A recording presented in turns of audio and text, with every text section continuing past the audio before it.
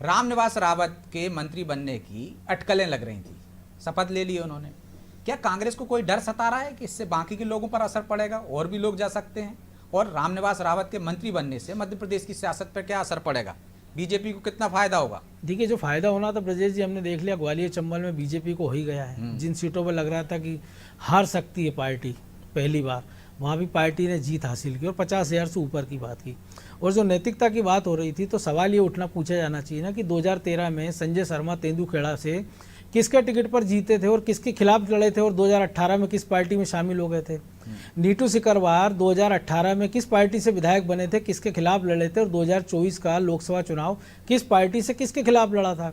सतीश सिकरवार 2018 में किस पार्टी के खिलाफ चुनाव लड़े थे, किस पार्टी से हारे थे, और 2020 में किस पार्टी में शामिल होकर वो फिर से विधायक बन गए थे, और 2023 में फिर से वो चुनाव जीते हैं।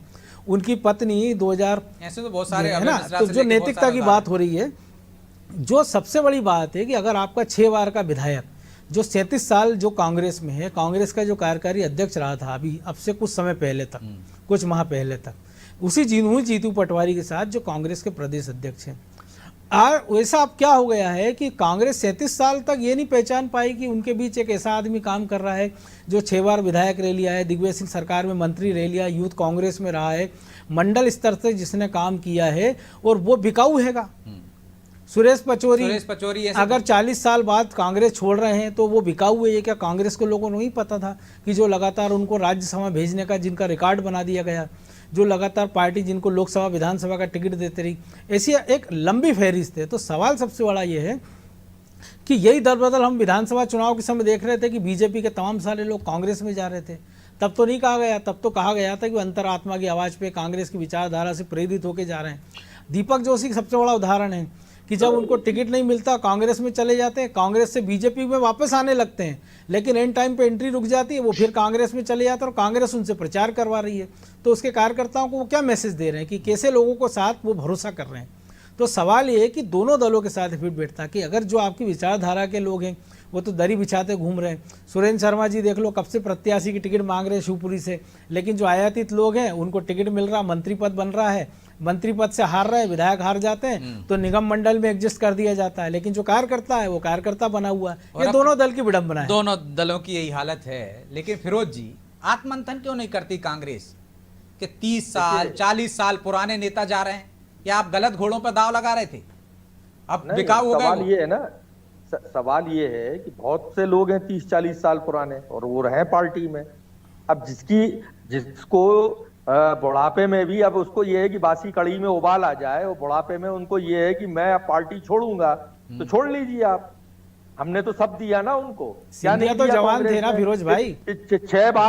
6 बार अगर आप कांग्रेस के टिकट पे 6 बार कमलनाथ जी के 2 बार हार गए, कमलेश शाह जवान है, सिंधिया जवान है, नहीं 2 निर्मला सप्रे जवान है, पिछली बार सचिन 2 बार आपको लोकसभा का टिकट दिया। आप कमलनाथ जी के बारे में बोल रहे हैं, क्या कौन सा मान सम्मान कांग्रेस ने नहीं दिया उनको? तो फिर तो कांग्रेस ही विचार करे ना, आत्ममंथन क्यों नहीं कर रही कि क्यों जा रहे हैं, क्यों सुनवाई नहीं हो रही, क्यों राहुल गांधी के बात करने के बाद भी रामनिवास रावत चले जाते हैं, कुछ दिन रुकते हैं, फिर उनको वो सम्मान नहीं मिलता है? हाँ, अच्छी बात है। उनको लगता है कि अब उनका अब जो आदमी सौदाई करके बैठा था कि वो उसको कैबिनेट मंत्री बनना है, तो वो अब हमारे पास कहां से कैबिनेट मंत्री? बाकी के दो को तो बनाया नहीं, सुरेश पचौरी को तो कुछ मिला नहीं, उनसे क्या सौदा हो गया?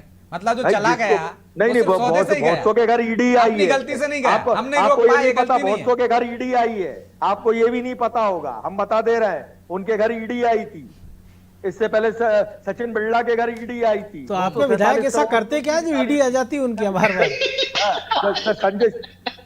संजय शुक्ला के यहाँ ईडी आई थी, तो आपको पता ही नहीं है। सारे ऐसा करते क्या आपके कांग्रेस के नेता कि उन्हीं के घर जाते हैं और डर जाते हैं? सवाल पूछ रहे हैं, मतलब 40 साल से कुछ ना कुछ तो कर रहे हैं ना गड़बड़।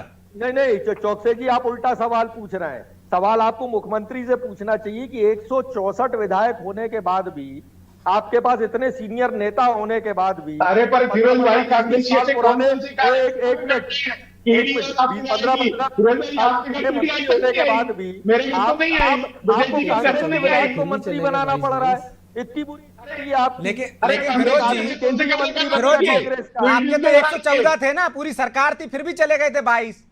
तो अब तो आपसे भी सवाल पूछना चाहिए कि अरे कैसे वो चले गए तो और पता भी वो नहीं तो चला, बहुत ऐसे सरकार चला रहे थे आप। हाँ, तो बहुत सारे राज्यों में चले गए। आप भी तो पूछ लेते मोहन यादव से कि साहब 164 उनको विधायक तो थे, जरूरत नहीं है, तो आपको इसके क्या बावजूद जरूरत आ रहे पड़ी हैं, तो थी? आप सोचिए कि कितनी कुछ अरे तो आपको गलती क्या होगी ना जरूरत पड़ी आप थी? लोगों की, नहीं, आपको क्या कि जरूरत उनको पड़ी वहां थी? जरूरत नहीं है, उनके पर्याप्त आपने बहुमत है, इसके बावजूद भी आपके जा रहे हैं, जो बच्चे खुचे हैं वो भी चले जा रहे हैं। अरे हमारे चले जाएं, हम दोबारा हम 2028 में अपनी पार्टी को खड़ा कर लेंगे। संघर्ष की कमी थोड़ी है हमको।